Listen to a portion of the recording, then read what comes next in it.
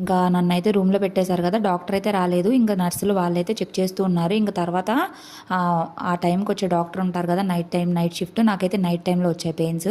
ఇంకా night shift doctor వచ్చి check చేసి, అమ్మ పెయిన్స్ అయితే కాదు, ఇప్పుడే డెలివరీ అయితే కాదు, కాకపోతే బేబీ ఒకవేళ డెలివరీ అయ్యే ఛాన్స్ ఉంటుందేమో అని చెప్పి లంగ్స్ అయితే ఇంకా ఫామ్ అవ్వవు కాబట్టి లంగ్స్ ఫామ్ అవ్వడానికి అయితే ఒక ఇంజెక్షన్ చేసి అయితే పంపించేశారు.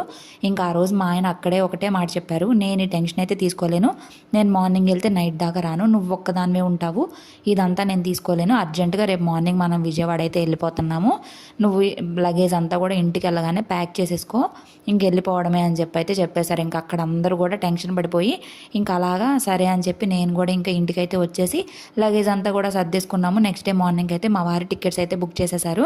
ఇంకా విజయవాడ అయితే వెళ్తూ ఉన్నామన్నమాట ట్రైన్లో అయితే పెద్ద ట్విస్టే జరిగింది. నాకైతే మనసులో అంత టెన్షన్ అనమాట. అంటే ఇప్పుడు మనకి ఎవరైనా నెగిటివ్గా ఏదైనా చెప్పారంటే మన బ్రెయిన్లో అదే ఫీడ్ చేసుకొని మనకి పెయిన్స్ కూడా